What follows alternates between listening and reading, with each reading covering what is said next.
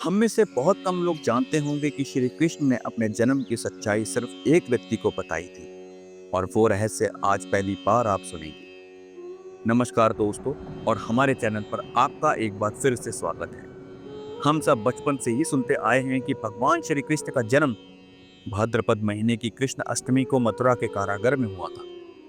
यह कथा हमारी रग रग में बसी है, लेकिन क्या आपने कभी सोचा है कि इस जन्म के पीछे एक गहरा ब्रह्मांडीय रहस्य भी छिपा है। एक ऐसी पौराणिक मान्यता है जिसके अनुसार स्वयं श्री कृष्ण ने अपने जन्म का राज खोला था। कई पुराणों से जुड़ी कथाओं में एक अद्भुत संवाद का जिक्र आता है। एक ऐसी ही परंपरा के अनुसार जब धर्मराज युधिष्ठिर ने भगवान कृष्ण से पूछा तो उन्होंने न केवल अपने जन्म की तिथि बताई, बल्कि उस दिन ग्रहों और नक्षत्रों की एक खास अलौकिक स्थिति का भी वर्णन किया। यह वही रहस्य है जो जन्माष्टमी के व्रत को इतना शक्तिशाली बनाता है। आज हम इसी शास्त्रीय और पारंपरिक मान्यता के पन्नों को पलटेंगे। हम जानेंगे कि भगवान ने अपने जन्म के बारे में क्या बताया था, उस रात आकाश में ग्रहों का सहयोग कैसा था, और क्यों इस एक दिन का व्रत आपको अनगिनत यज्ञों का फल दे सकता है। तो हमारे साथ इस वीडियो के अंत तक बने रहिए, क्योंकि आज जो आप जानेंगे वह शायद आपके लिए जन्माष्टमी के अनुभव को हमेशा के लिए बदल दे। द्वापर युग की ये कथा तब शुरू होती है जब धरती पर अधर्म अपने चरम पर था। मथुरा का राजा कंस अपनी ताकत के नशे में चूर प्रजा पर भयानक अत्याचार कर रहा था। कंस अपनी चचेरी बहन देवकी से बहुत प्यार करता था और उसने देवकी का विवाह शूरसेन के पुत्र वसुदेव से बड़े ही धूमधाम से करवाया। जब वह खुद रथ हाँक कर देवकी को विदा करने जा रहा था, तभी एक आकाशवाणी ने पूरे आसमान को कपा दिया। हे मूर्ख कंस, जिस बहन को तू इतने प्रेम से विदा कर रहा है, उसी देवकी की 8वीं संतान तेरा काल बनेगी। यह सुनते ही कंस का प्रेम डर और गुस्से में बदल गया। उसने देवकी को मारने के लिए तलवार निकाली। तब वासुदेव ने उसे रोकते हुए वचन दिया कि अपनी हर संतान को जन्म लेते ही कंस को सौंप देंगे। कंस ने यह बात मानकर देवकी और वासुदेव को मथुरा के भयावह कारागार में कैद कर दिया। उस अंधेरी जेल में कंस ने एक एक करके देवकी की 6 संतानों को जन्म लेते ही मार डाला। जब देवकी 7वीं बार गर्भवती हुई तो भगवान विष्णु की आज्ञा से योग माया ने उस गर्भ को वासुदेव की दूसरी पत्नी रोहिणी के गर्भ में पहुंचा दिया, जो गोकुल में नंद बाबा के यहाँ था। इस तरह भगवान शेषनाग ने बलराम के रूप में अवतार लिया। अब पूरा संसार देवकी की 8वीं संतान का इंतजार कर रहा था। वह संतान जिसकी भविष्यवाणी हो चुकी थी, वह जो धर्म की स्थापना के लिए आने वाली थी। और फिर वो रात आई। भाद्रपद मास के कृष्ण पक्ष की अष्टमी तिथि, आधी रात का समय। बाहर मूसलाधार बारिश, कड़कती हुई बिजली और उफनती यमुना। उस घने अंधकार के बीच कारागार में अचानक एक दिव्य प्रकाश फैल गया।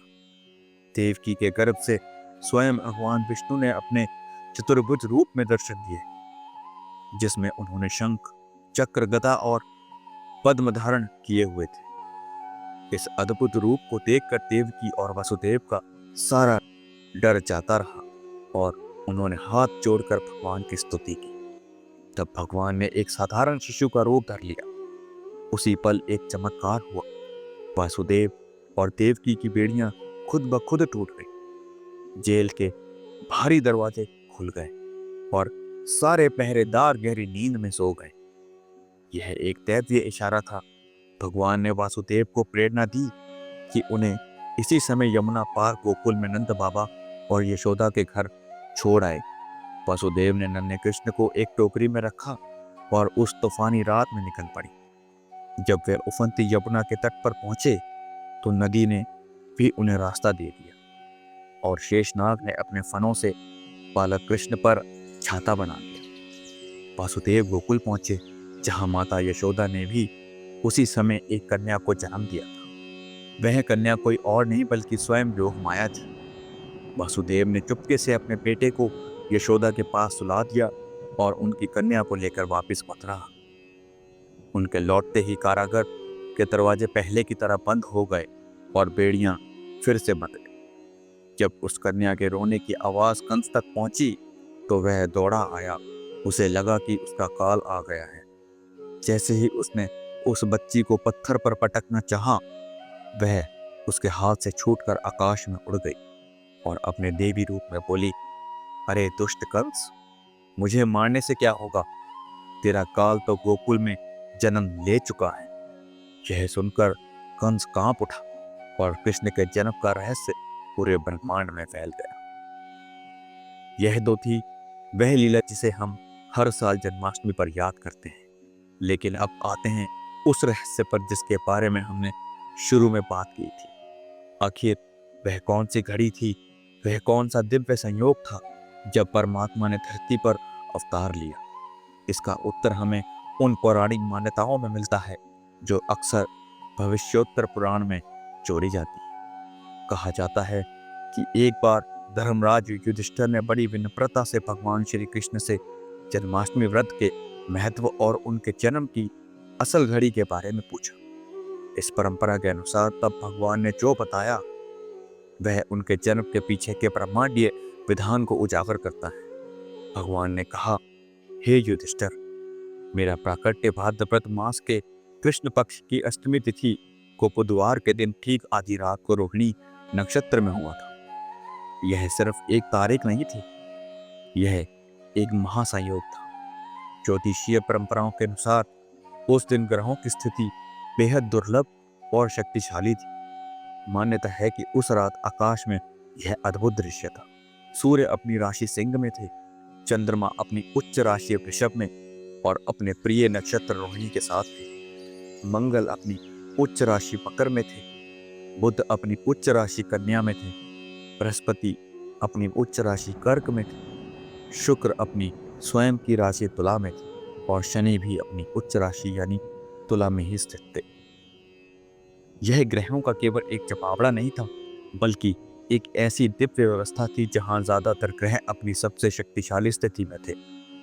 यह इस बात का संकेत था कि जो शक्ति धरती पर आई है वह ब्रह्मांड में संतुलन और धर्म की स्थापना के लिए आई है। अष्टमी तिथि को शक्ति का प्रतीक माना जाता है और चंद्रमा का रोहिणी नक्षत्र में होना कुछ व्याख्याओं में के अनुसार उनके चंद्रवंशी होने का एक सुंदर प्रतीक है। जब हम यह जानते हैं कि श्री कृष्ण का जन्म इतने शक्तिशाली मुहूर्त में हुआ, तो यह समझना आसान हो जाता है कि इस दिन के व्रत का इतना महत्व क्यों है। जब अष्टमी तिथि और रोहिणी नक्षत्र का यह दिव्य संयोग एक साथ आता है तो इसे जयंती योग कहा जाता है।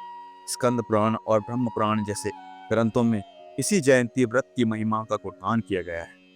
इन पुराणों में कहा गया है, जो भी इंसान इस जयंती योग में उपवास करता है और पूरी श्रद्धा से भगवान की पूजा करता है, उसके कई जन्म के पाप नष्ट हो जाते हैं। एक पौराणिक संवाद में तो यहाँ तक कहा गया है कि जन्माष्टमी का एक व्रत हजारों राजसूय और अश्वमेध यज्ञों से बढ़कर फल देता है। जो फल बड़े बड़े दान और तीर्थ स्थान से नहीं मिलता, वह केवल जन्माष्टमी का व्रत करने से ही मिल जाता है। यह व्रत केवल पापों का नाश नहीं करता, बल्कि भोग और मोक्ष दोनों देता है। यह भूखे रहने की प्रथा नहीं, बल्कि अपनी इंद्रियों को वश में करने का और मन को भगवान में लगाने और अपनी चेतना को उस दिव्य ऊर्जा में जोड़ने का एक शक्तिशाली आध्यात्मिक अभ्यास है। तो भगवान श्री कृष्ण का जन्म सिर्फ एक अत्याचारी का अंत करने के लिए घटना नहीं थी, यह सुनियोजित दिव्य ब्रह्मांडीय लीला थी जिसका रहस्य परंपरा के अनुसार उन्होंने स्वयं उजागर किया। उनका जन्म हमें सिखाता है कि जब जब धरती पर अधर्म बढ़ता है, तब तब परमात्मा धर्म की स्थापना के लिए अवतरित होते हैं। जन्माष्टमी का व्रत हमें उसी दिव्य चेतना से जुड़ने का एक मौका देता है। यह हमें याद दिलाता है कि हमारे अंदर भी वही दिव्य ज्योति है, हम बस उसे जगाने की जरूरत है। हमारे भगवान श्री कृष्ण के जन्म से जुड़ा यह पारंपरिक रहस्य जानकर आपको अच्छा लगा हो तो इस वीडियो को लाइक ज़रूर करें और अपने दोस्तों और परिवार के साथ भी शेयर करें और अपने दिल में बसी श्रद्धा से कमेंट में जय श्री कृष्ण जरूर लिखें। हमारे चैनल को सब्सक्राइब करना ना भूलें ताकि आप ऐसी ही ज्ञानवर्धक और आध्यात्मिक कथाओं से जुड़े रहें। आप सभी को जन्माष्टमी की हार्दिक शुभकामनाएं। जय श्री कृष्ण।